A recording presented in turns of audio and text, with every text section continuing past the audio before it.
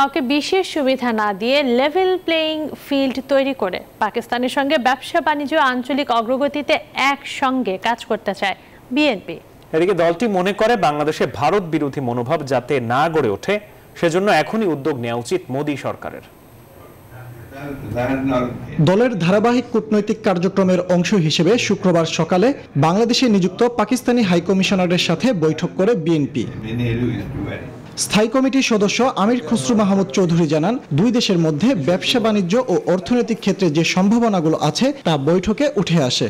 আমরা আলোচনা করেছি বাংলাদেশে আমরা লেভেল প্লেইং ফিল্ড এখন হতে যাচ্ছে এবং এই লেভেল প্লেইং ফিল্ডে কম্পারেটিভ অ্যাডভান্টেজের ভিত্তিতে যাদের যেখানে অ্যাডভান্টেজ আছে সেখানে আমরা একে অপরের সাথে সহযোগিতা করব বিটুইন দুই দেশের মধ্যে এবং পুরো রিজিয়নের মধ্যে আমরা সহযোগিতা করব।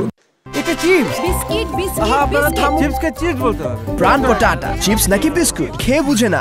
বন্যা দুর্গত এলাকার উদ্দেশ্যে যাত্রা শুরুর আগে গুলশানে সাংবাদিকদের সঙ্গে কথা বলেন বিএনপির স্থায়ী কমিটির সদস্য সালাউদ্দিন আহমেদ।